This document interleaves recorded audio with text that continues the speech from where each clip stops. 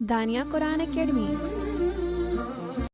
یہ قرآن وہ رستہ دکھاتا ہے جو سب سے سیدھا ہے، اور مومنوں کو جو نیک عمل کرتے ہیں بشارت دیتا ہے کہ ان کے لیے اجر عظیم ہے۔ نحمده ونصلي على رسوله الكريم اما بعد فاعوذ بالله من الشیطان الرجیم بسم اللہ الرحمن الرحیم۔ السلام علیکم ورحمۃ اللہ وبرکاتہ۔ امید ہے آپ سب خیریت سے ہوں گے، انشاءاللہ جہاں ہوں گے ایمان اور صحت کی نعمت سے مالا مال ہوں گے۔ ہاں جی، تو آغاز کرتے ہیں ہم اپنے آج کے سبق کا دعاؤں کے ساتھ۔ تو چلیے شروع کرتے ہیں۔ اللہم صلی علی سیدنا و مولانا محمد وعلی آل سیدنا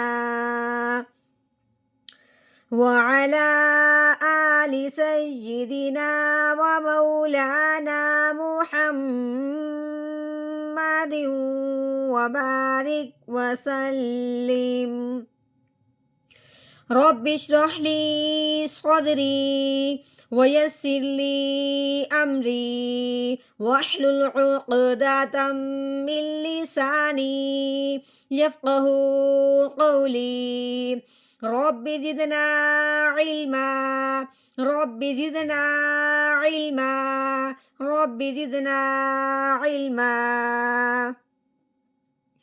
اعوذ باللہ من الشیطان الرجیم بسم اللہ الرحمن الرحیم۔ وما هو بقول شیطان الرجیم۔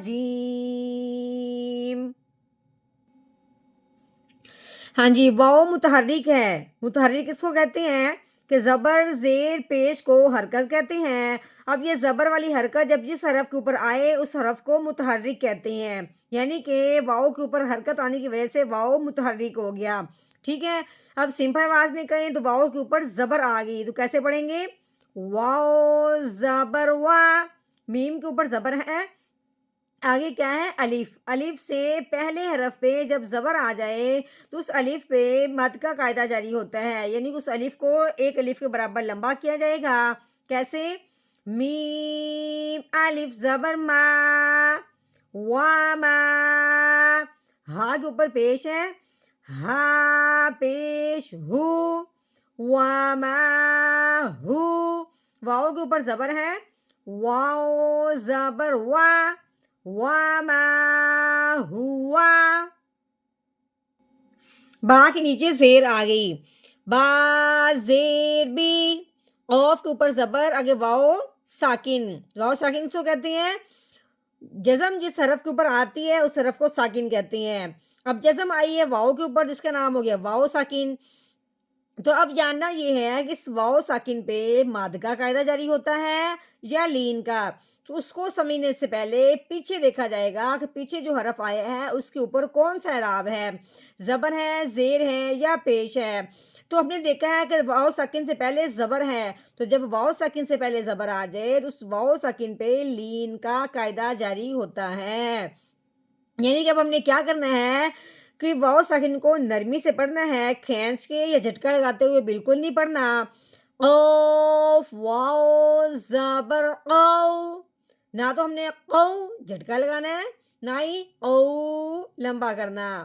بی قو، لام کے نیچے زیر ہے، لام زیر لی، بی قولی، شین کے اوپر زبر، آگے یا ساکن۔ اب یہ دیکھنا ہے کہ یا ساکن پہ کون سا قاعدہ جاری ہو رہا ہے، اس کو سمجھنے سے پہلے بھی پیچھے جائیں گے، کیونکہ یا ساکن سے پہلے حرف پہ جب زبر آ جائے تو یا ساکن پہ لین کا قاعدہ جاری ہوتا ہے، مد کا نہیں، کیونکہ یا ساکن سے پہلے زبر آئے تو اس کو لین کہتے ہیں۔ لین کو اب ہم نے کیا کرنا ہے؟ نرمی سے پڑھنا ہے، کھینچ کے جھٹکا دیتے ہوئے بالکل نہیں پڑھنا۔ کیسے پڑھیں گے؟ شین یا زبر شی، کیسے پڑھیں گے؟ شی، او کے اوپر کھڑی زبر ہے، یہ کھڑی زبر جس حرف کے اوپر آتی ہے اس حرف کو ایک الف کے برابر لمبا کیا جاتا ہے. اب ہم نے تو کو لمبا کرنا ہے ایک الف کے برابر اور اس کو موٹے کا موٹا ہی رکھنا ہے. او کھڑی زبر او، شئی او، نون کے نیچے تنوین ہے لیکن آگے رو مشدد ہے. اب ہم نے نون کو رو مشدد کے ساتھ ملانا ہے، کوئی غنہ نہیں کرنا، کوئی کچھ نہیں کرنا. کیسے پڑھنا ہے؟ نون رو دو زیر نیر، نون دو، نون رو، پہلے رو پڑھنا ہے، نون رو دو زیر نیر، ٹھیک ہے، نون رو دو زیر نیر، شیطانیر، ٹھیک ہے، نون رو دو زیر نیر. ہاں جی آگے رو زبر رو، رو کے اوپر زبر ہے، رو کے اوپر زبر یا پیش ہو اس رو کو موٹا کر کے پڑھتے ہیں، رو کے نیچے زیر آ جائے اس رو کو باریک پڑھتے ہیں. اب رو زبر والی ہے اس کو ہم نے پر پڑھنا ہے یعنی کہ موٹا کرنا ہے.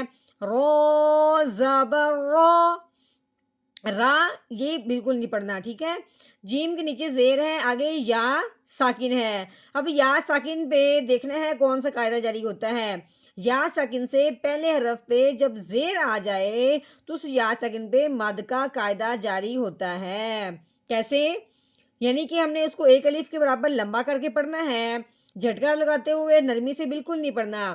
جیم یا زیر جی، رو جی، میم کے نیچے تنوین ہے، میم دو زیر من، رو جی من.